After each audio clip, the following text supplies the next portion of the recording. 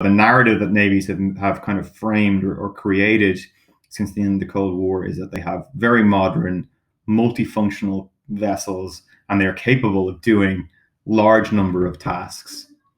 And I think it becomes very difficult for leaderships in navies to say all of a sudden, oh, we can't do that task because we want to focus on war fighting.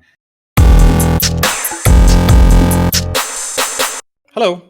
Today I am joined by Dr. Ian Bowers, and we're here to talk about Coast Guards and navies and the relationship between them. A while back, Ian edited a book called Gray and White Hulls about this whole Coast Guard and Navy relationship, and it got quite a lot of attention. So I'd actually like to start by asking you, Ian. Why is it that this question of coast guards and navies is getting so much attention right now? Why is it in vogue? Thanks for the question. Well, first of all, I think it's important to kind of characterize what we mean by coast guards. And what we're talking about here are it's kind of a catch-all term for like civilian or maritime law enforcement agencies, and they can be what we could traditionally understand as coast guards, but also maritime police, treasury agents, customs, even maritime militia in some sense.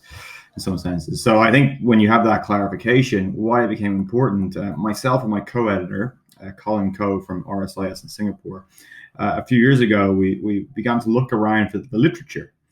And we noticed that there was very little looking at how coast guards and navies interact with each other on an organizational level, and how those organizations were developing alongside each other.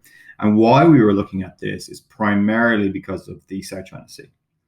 And what we were seeing in the South China Sea was coast guards and navies interacting with each other on kind of the front line of territorial sovereignty disputes. And we thought this is something new. We hadn't really seen this before. We've seen it back in the day between the British and the Icelandics, arguably, but it was something new, and it was pretty underexplored. So we saw a big gap in the literature for it, and what we did was we put together a workshop, and out of that workshop, we realized that this was far beyond just a South China Sea issue. That this was an issue that was in the Mediterranean, where we saw navies and maritime law enforcement agencies working together and sometimes against each other to deal with the refugee crisis. We see countries looking at the Arctic, for example, and what the different roles are for navies and coast guards in the Arctic. And then we look around again, and you see piracy and navies obviously going off the coast of Guinea and the Gulf of Aden to deal with piracy, but also coast guards dealing with it closer to home. So there's so many things happening in the world where this kind of relationship needs to be explored and is kind of understudied. And I think a good example of this was that the Chinese Coast Guard now has like a 12,000 ton vessel, right? That they use to kind of for arguably territorial sovereignty enforcement or however you want to phrase it. And like, how does a smaller state respond to that? Do they respond with the naval vessel? Do they respond with more Coast Guard vessels? And like, this is the heart of the question, and that's kind of why we think it's pretty important right now, and why we think it got quite a lot of attention. So, if we go a little bit into the maybe dive back a little bit and just talk Mm-hmm. about what is actually the difference between a Coast Guard and the Navy.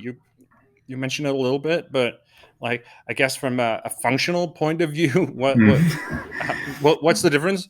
Oh, this is actually a kind of more complex question to answer than you would think, but also quite simple. So if you put it in very stark terms, a navy's ultimate function is national defense and security, right? So that's the ultimate goal of the navy. So their primary determinant of most navies, not all, but most navies, is that they prepare, they equip, they train, they think primarily about war fighting at sea.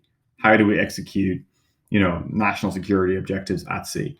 Whereas coast guards or maritime law enforcement agencies, they're much more focused on maritime law enforcement, maritime security, essentially providing public goods.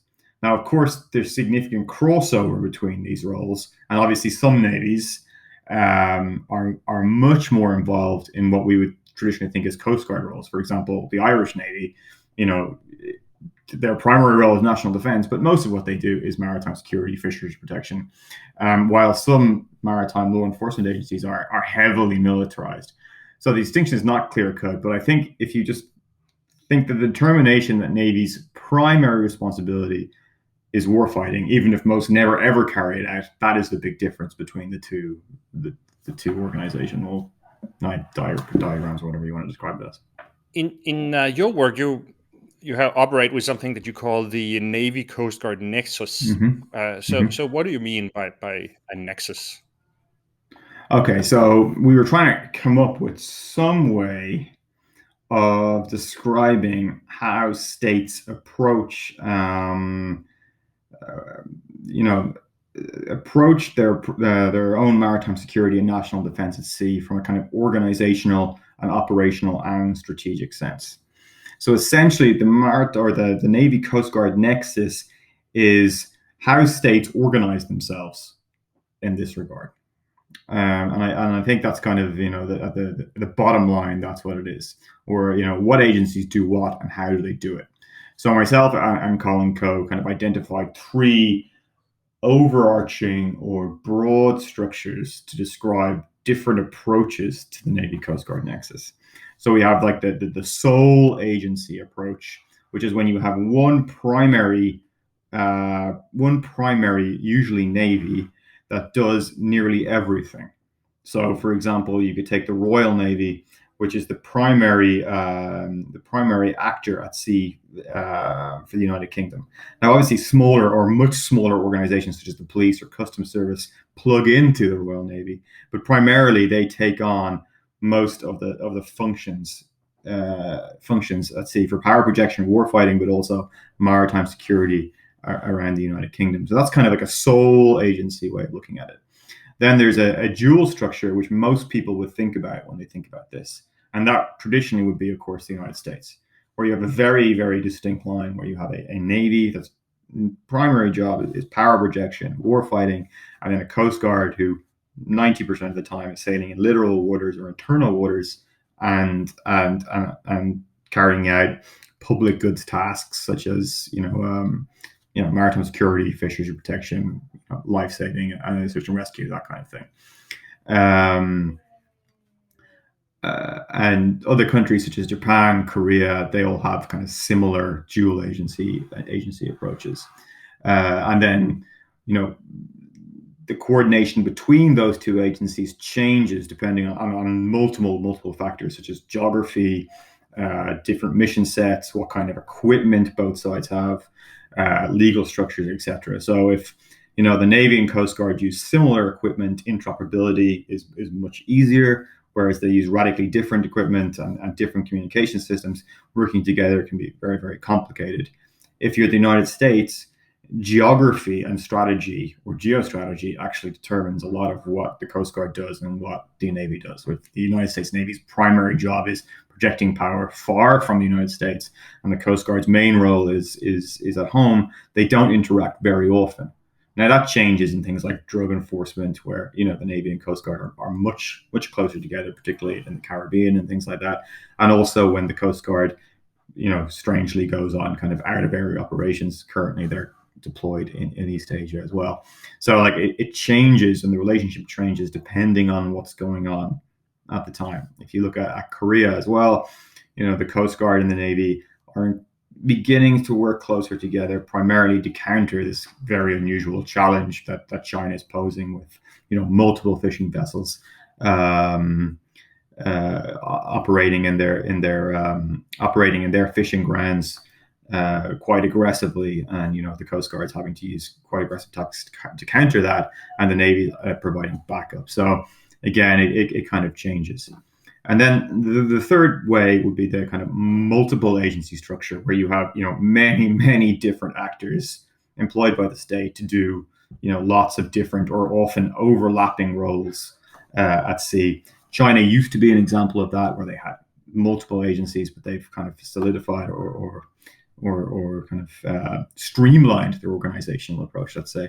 Whereas other countries like Indonesia has multiple agencies, although they're trying to streamline as well. Italy as well, multiple agencies with lots of different overlapping responsibilities. So I think That's the different approaches to the nexus, and all we're trying to do is just kind of come up with a way of describing how states approach this. And I think it's worth thinking about why or how these kind of structures emerge. And we kind of came up with the idea that the primary drivers are kind of maritime interests. What exactly are you doing at sea, right? If you're a huge nation with multiple international global interests, economic interests, strategic interests, it's more likely you're going to have a separate Navy and Coast Guard, because that's just it just makes more sense. Whereas if you're a small state like Ireland, it makes much more sense that you only have one agency, because that's all you can afford, and that's what your maritime interests are, essentially. But there's other reasons, such as the changing nature of maritime operations, which, as we're seeing in the South China Sea, it's forcing how navies and coast guards work together and what kind of operations they're doing. And also, emulation is a significant factor.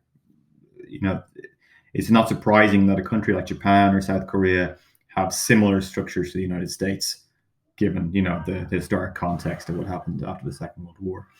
And then, so they're the kind of the driving factors of the Navy Coast Guard nexus. And then there's some things that shape it a little bit. Primarily, resources is a primary shaping factor. How much money do we have to spend? Can we afford two agencies? Can we only afford one agency? Geography obviously plays a large role. Strategic culture is also important, and it kind of goes alongside bureaucratic politics, where if you want to change the Navy Coast Guard nexus, very often you run into kind of cultural hindrances, or you run into political hindrances that make it very, very difficult to change what you're trying to do, and often that has a significant impact on questions of effectiveness and like duplication of roles, and kind of essentially what is the bureaucratic preference for how the nexus operates, rather than what is the optimal organizational preference. So I guess it's not possible to say, the million-dollar question, of course, which model is best. I guess the answer will be it depends. But could you just?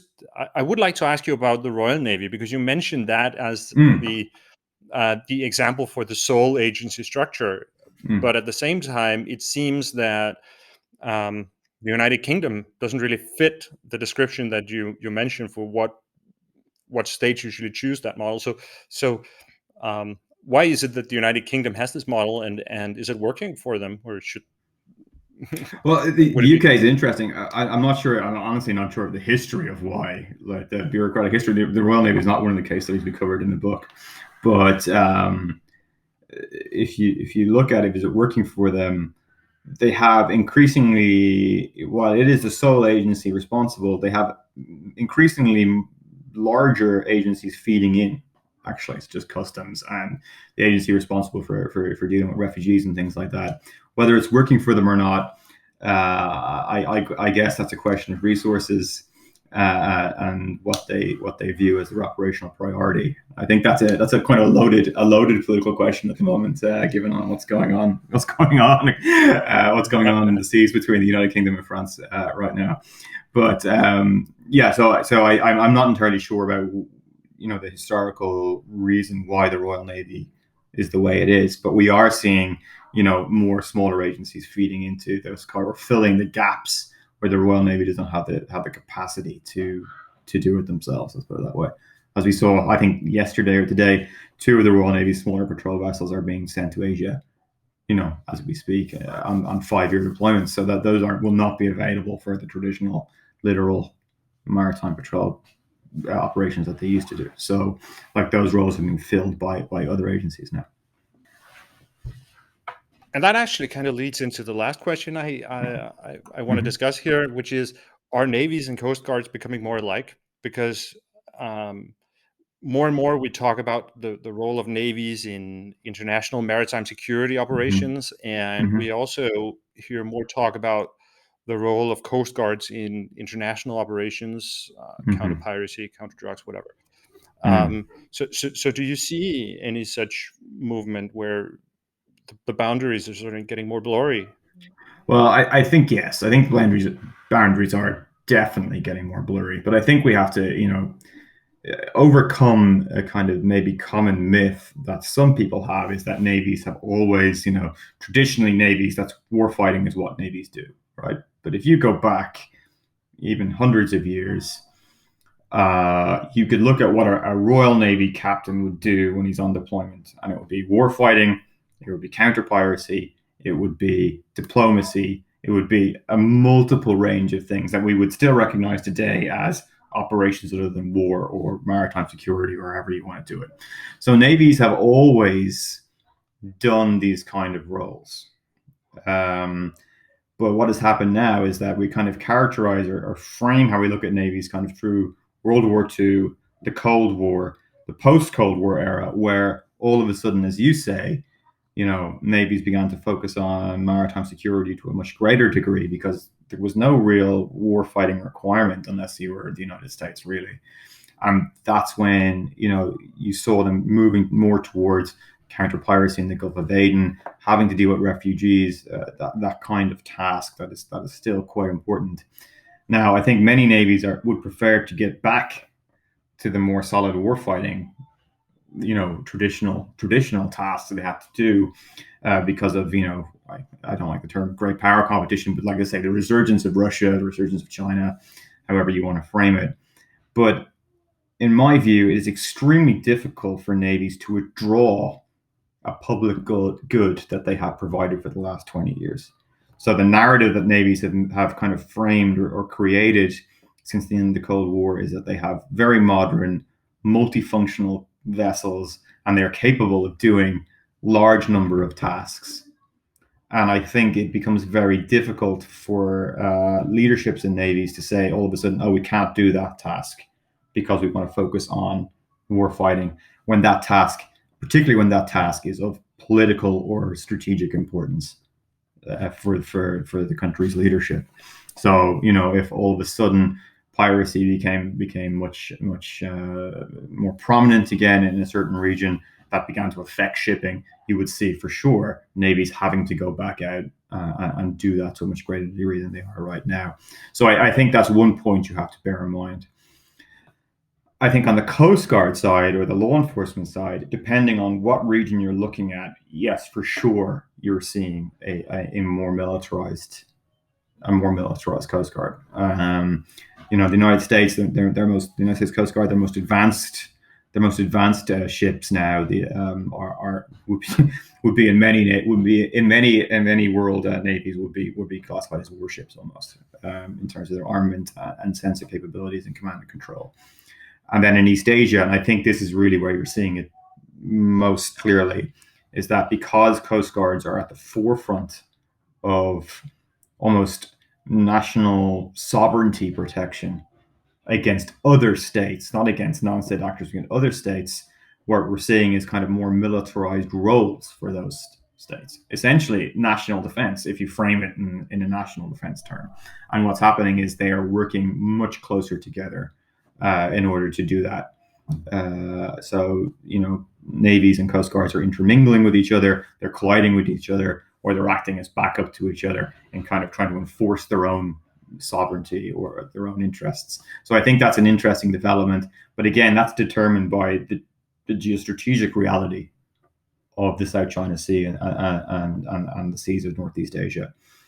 The U.S. Coast Guard being deployed further afield, I think that's arguably a uniquely U.S. Coast Guard role, or not many Coast Guards do that. Let's put it that way. And the U.S. Coast Guard has a history of deploying to areas away from the U.S. littoral when the U.S. government decides it's necessary. So for example, they deployed, I think, during the Kosovo War, certainly during the Gulf War, they had teams sent out to the Middle East. So the role in East Asia, I think, is still a bit strange, but being there is not entirely unusual. Let's put it that way.